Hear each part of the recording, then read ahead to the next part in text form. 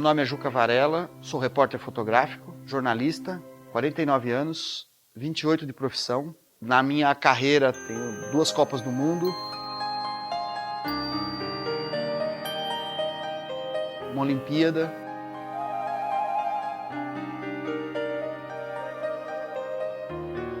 quatro capítulos da mesma guerra. Minha primeira câmera eu ganhei com 7 anos de idade, foi essa xereta aqui, né? E eu já levava ela na bolsa, até para ir para a escola, fotografava meus colegas e tudo. A minha primeira foto eu publiquei aos 11 anos de idade, com essa câmera aqui, essa Olympus Trip que eu ganhei do meu pai. A gente estava passando o final de ano na casa dos meus avós, no interior de São Paulo. Era à noite, aí pegou fogo numa fábrica de borracha, na cidadezinha, lá em Ribeirão Bonito. E o meu pai já sabia, né, do jeito que eu era, eu fiquei meio excitado em correr para lá e fotografar, ele me pegou, botou no carro, minha mãe berrando para não ir, porque era perigoso, mas a gente foi, e chegamos antes dos bombeiros, que estavam vindo de São Carlos, né. E eu fotografei o início daquele incêndio enorme, imagina uma fábrica de borracha. E aí o pessoal que tinha um jornal na cidade lá, chamava o Estalo, eles souberam, né, que eu estava fotografando, me pediram e a gente cedeu a foto e foi a primeira foto que eu publiquei. Foi em 1975. Em 85 eu comecei a trabalhar oficialmente, sempre tentei uma vaguinha em um grande jornal, nunca consegui, e consegui a minha primeira publicação em um jornal grande, que foi na Folha de São Paulo, por causa do incêndio também. Eu tinha um estúdio na Moca, zona leste de São Paulo, e eu estava indo para o meu estúdio de moto e vi uma fumaça surgir no horizonte, e peguei minha moto e corri para lá, né? Se é verdade o ditado que onde tem fumaça tem fogo, então tinha foto boa para fazer ali, né? E eu corri de fato, era um depósito de gás enorme que estava incendiando e explodindo, saía botijão voando para todo lado, né? E deu umas fotos bem boas. Sofri uma queda de helicóptero em 94. Estava cobrindo, o Mário Covas ganhou a eleição nas eleições de 94, e logo em seguida ele sumiu. Foi descansar num spa por aí, e a Folha descobriu o cara num spa em Campos do Jordão. Então, naquela neurose de conseguir uma foto do cara, eu acabei sendo pautado para ir de helicóptero. E fomos no helicóptero pequeno, que não era adequado para fazer essa viagem, né? Ainda mais vou sobrevoar uma cidade de altitude, que é Campos do Jordão. E aí não deu outra, né? Chegou lá, o helicóptero perdeu sustentação e caiu num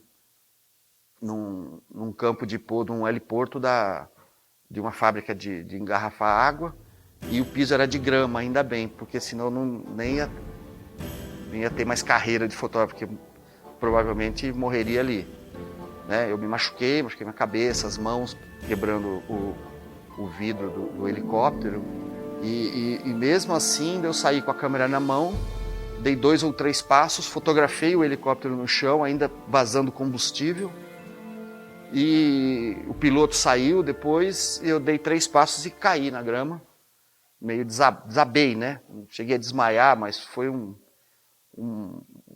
choque físico, né? Porque foi muito traumático aquilo, né?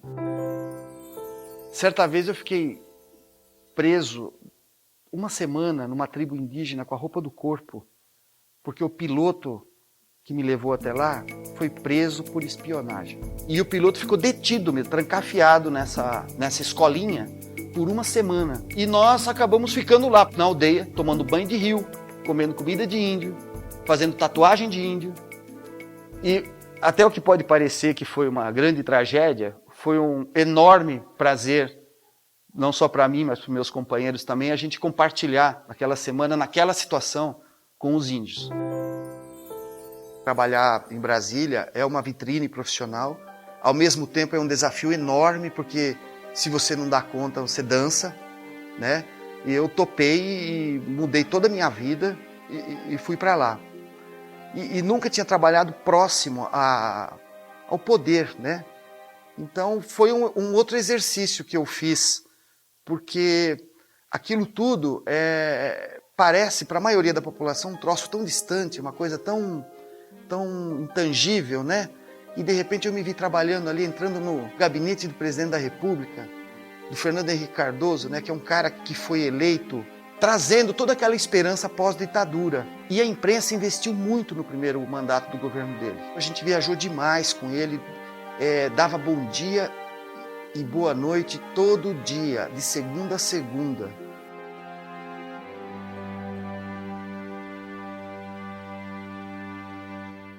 As entradas no gabinete dele eram muito rápidas. Duravam 1 minuto, 1 minuto e meio, não mais que isso.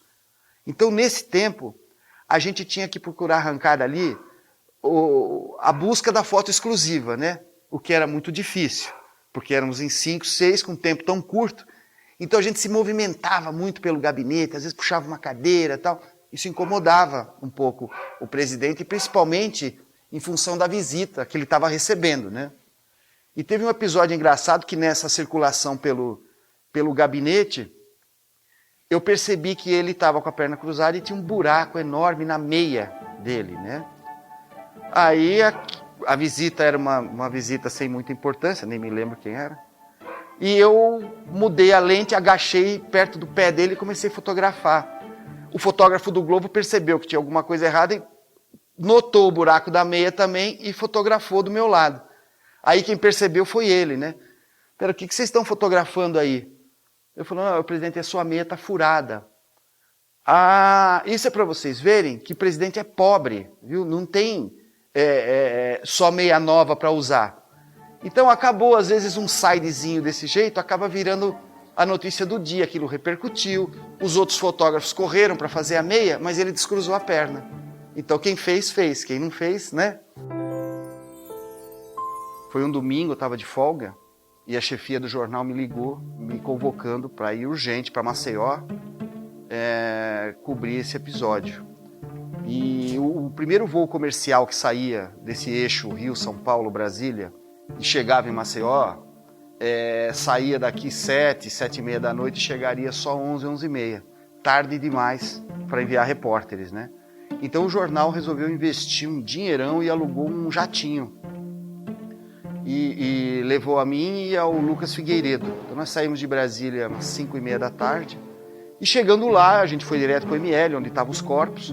Eu tentei ali conversar com fotógrafos locais para ver o que eles tinham feito daquilo, para comprar e transmitir para a Folha. E não tinha nada, ninguém tinha nada. E isso começou a me dar uma agonia, né? O tempo passando. E acho que tive um estalo ali, uma ideia, alguma coisa de investir. O IML era um casarão antigo que ficava no meio de um terreno aberto. E eu entrei pelo mato, dei a volta, fui para os fundos do IML para ver se eu conseguia alguma coisa. E, para meu espanto, no fundo tinha umas 7, 8 janelas, janelões, aqueles antigos, e 2 delas estavam cobertas com plástico preto. Aí eu falei, tem coisa, né, ali.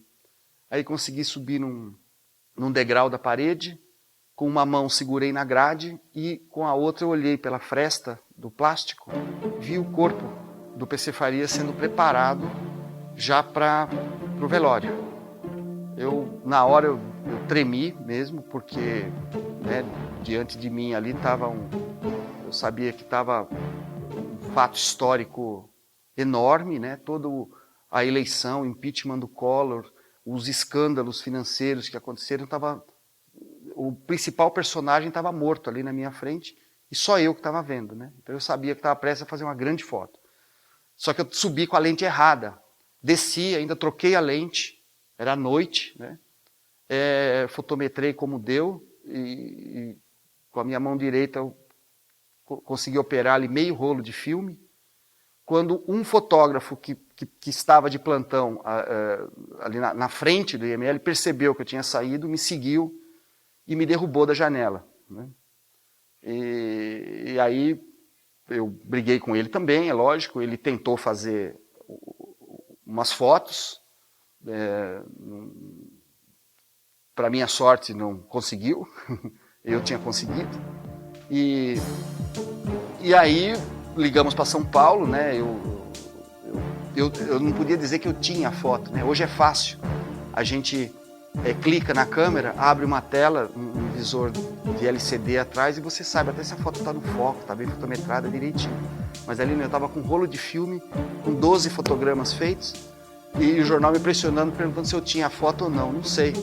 Aí eu peguei um táxi, fui correndo para o hotel, entrei com a mala, com o laboratório numa mão, a transmissora na outra, larguei tudo o resto no táxi que estava comigo, esquentei o químico do revelador na água do chuveiro, porque tinha que trabalhar a 38 graus, e eu fiz tudo isso em 5 minutos ali para poder processar esse filme, né?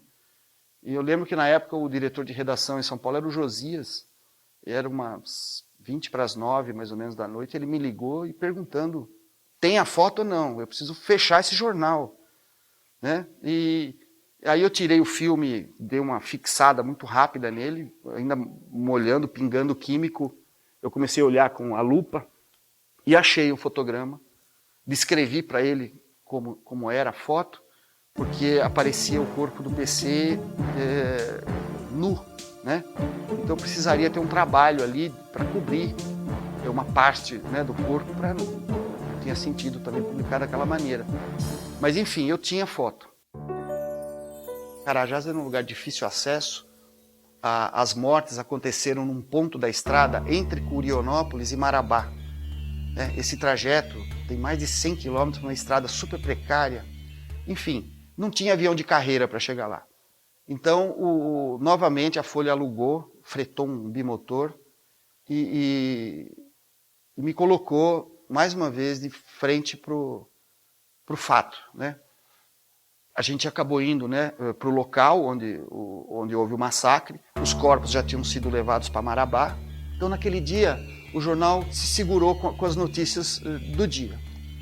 No terceiro dia de cobertura já, a grande expectativa era a saída dos corpos, dos 19 corpos de Marabá, para serem sepultados em Curionópolis. Então a gente passou o dia naquela estrada, isolados, né? Na época não tinha celular, não tinha nada. Quer dizer, tinha celular, mas não pegava naquela região do Pará, não tinha essa mordomia, essa facilidade, né? E o tempo passando e não tinha a notícia, não tinha foto.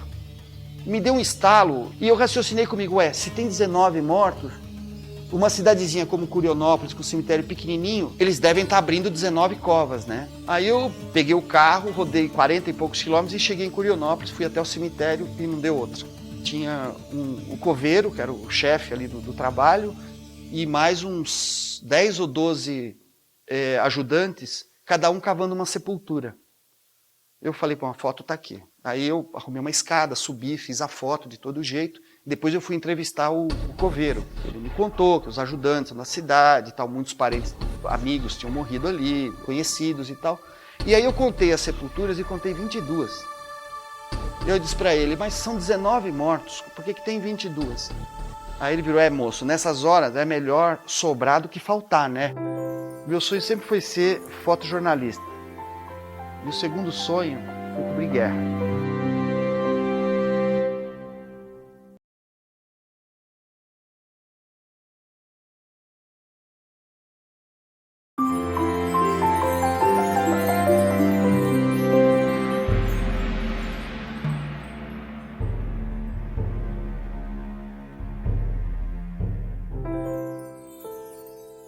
O jornal me escalou para cobrir logo de manhã cedo o velório na Assembleia Legislativa.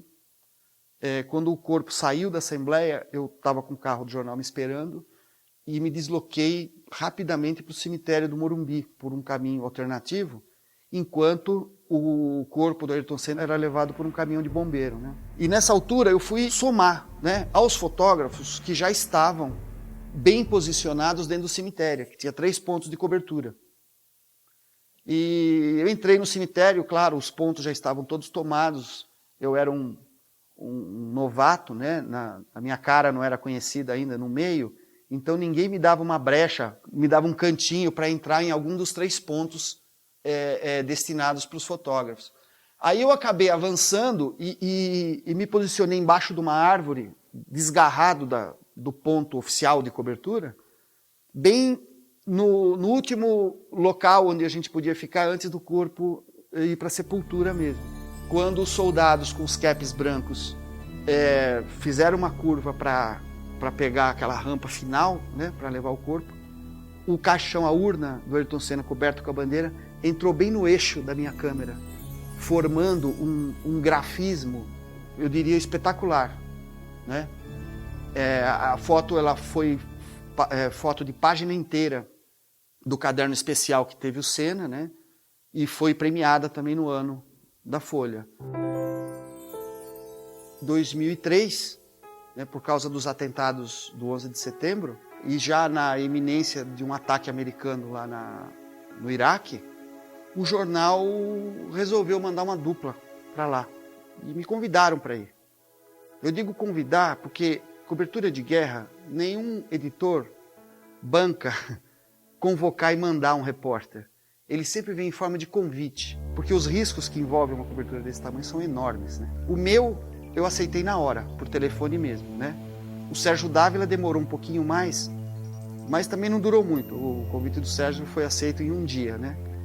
E aí começamos a nos preparar para cobrir, não uma guerra exatamente, porque não havia data para começar uma guerra lá no Iraque. Mas o que havia era uma situação de extrema tensão. Então a gente se preparou ali por poucas semanas, conseguimos um visto iraquiano, que era uma coisa meio perto do impossível, né? A gente conseguiu aqui no Brasil. E viajamos para lá.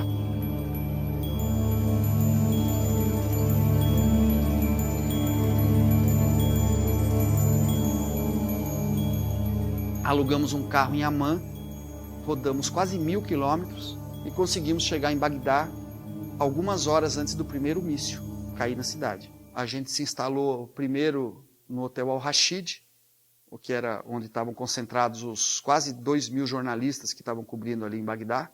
Eles se concentravam ali nesse hotel. Só que depois do ultimato, o Bush pediu para que jornalistas, pessoal diplomático e pessoal que trabalhava em organizações humanitárias deixasse o Iraque, porque ele não podia garantir segurança de ninguém, terminado o prazo que ele deu de 48 horas. Então a gente acabou indo para o Al-Rashid. O Al-Rashid estava num hotel deserto, porque ele acabou virando alvo, como foi mesmo, ele foi bombardeado depois. E a gente acabou se instalando no Palestine. À custa de propina, a gente conseguiu um apartamento e entramos lá no apartamento 1104 do Hotel Palestine, no dia 19 de março, né, de 2003, mais ou menos meia-noite e meia.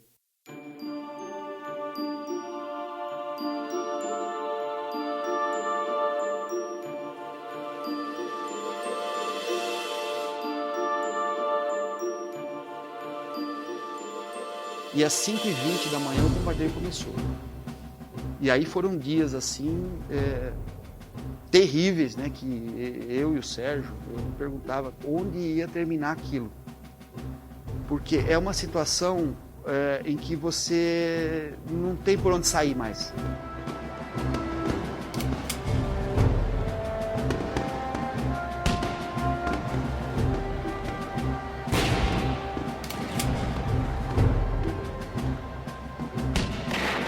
Quando começaram os bombardeios, não dava mais para sair do Iraque naqueles dias. Então você tinha só uma alternativa, ficar ou ficar. Eu fotografava a maioria dos bombardeios, eu fiz da minha varanda, escondido, né? Por sorte a gente ficou no 11º andar e a visão de baixo era limitada. Então eu e o Sérgio usávamos a nossa varanda como escritório mesmo. E dali nós trabalhávamos, dali nós transmitíamos as nossas fotos. Conseguimos também entrar com o telefone via satélite escondido, embaixo de um tapete do carro que a gente alugou. E por causa de um Toblerone na fronteira, que o fiscal que foi revistar o nosso carro se encantou com aquele Toblerone, a gente acabou dando para ele, ele deixou a gente passar sem a revista adequada e o satelital passou junto. Porque era o nosso único meio de contato com o Brasil.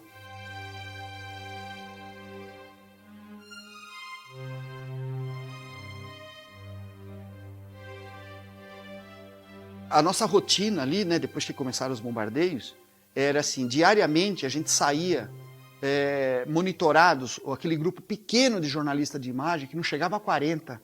Né? Você imagina, antes da guerra, tinha mais de 2000 jornalistas. Quando a guerra começou, tinha cerca de 180. Nós estávamos trabalhando sob estrita vigilância do governo iraquiano, que ainda estava em pé.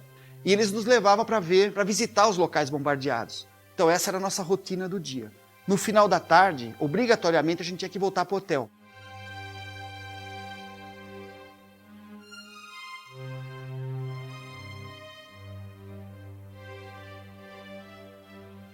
Uma rotina meio macabra que eu tinha era voltar dessas coberturas e lavar minha bota, que ficava suja de sangue, de pisar em resto humano em locais bombardeados.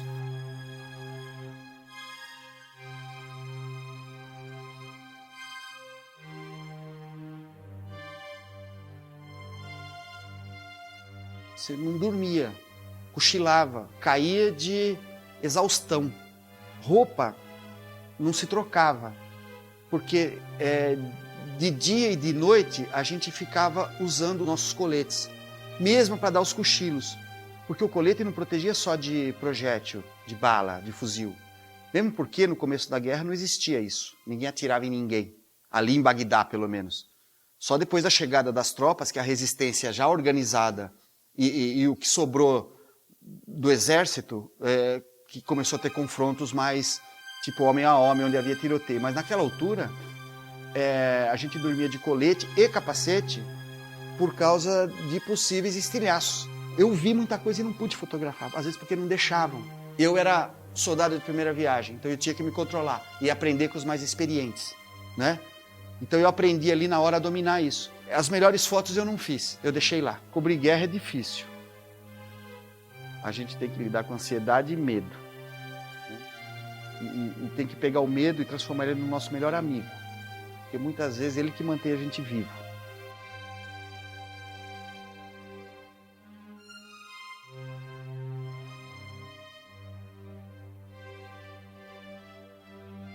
O meu sonho sempre foi cobrir guerra. Mas quando ela começa na sua frente, ela é de um tamanho, ela é de uma violência indescritível. Indescritível. E para os outros experientes também. Tinha cara ali com 5, 6 grandes conflitos no currículo. Eu não tinha. Esses caras ficavam impressionados de ver a potência com que aquilo começou. Você imagina a maior potência militar do globo descarregando toda a sua ira do 11 de setembro em cima de Bagdá. E ainda eles tinham uma marca, uma cicatriz terrível, porque o pai do Bush tentou isso em 91 e não conseguiu. Então tinha esse dado também. Era o filho tentando vingar o pai. Falar, agora eu te pego. Aquela guerra ela começou com uma violência extremada. Ali a gente viu os maiores ataques aéreos desde a Segunda Guerra Mundial. Tinha noite que eles tinham uma estratégia de bombardeio que chamava-se bomb carpet, em que eles literalmente jogavam um tapete de bomba sobre Bagdá, né? E eu, por várias noites onde os ataques eram mais intensos, eu não sabia se eu ia estar vivo no outro dia, eu e o Sérgio. Então, doía demais conviver com isso. E a gente tinha que lidar com esse medo, essa angústia, né? E trabalhar. Era só o que eu pensava. Eu tenho que trabalhar, tenho que trabalhar e tenho que trabalhar.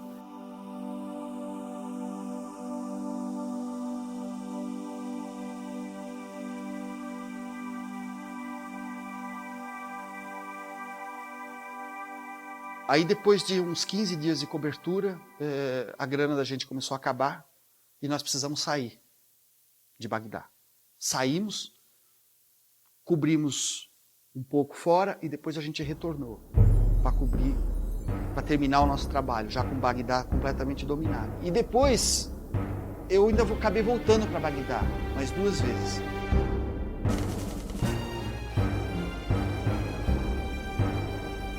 Eu diria que era um sonho, mas eu acabei descobrindo um pesadelo, né? Uma guerra não é uma coisa para se sonhar em fazer, nunca é bom, né? Foi importante na minha vida, eu iria de novo, mas você descobrir assim, in loco, a cara que uma guerra tem, os sons que ela tem, os cheiros que ela tem, é uma coisa terrível, marcante, né? Tanto é que tem gente que vai e volta com a estrutura emocional abalada, né? Foi um sonho que foi como sonho e voltou como pesadelo, né? Mas é claro que profissionalmente para mim foi extraordinário, né? Foi marcante. Por isso que eu digo até que eu voltaria.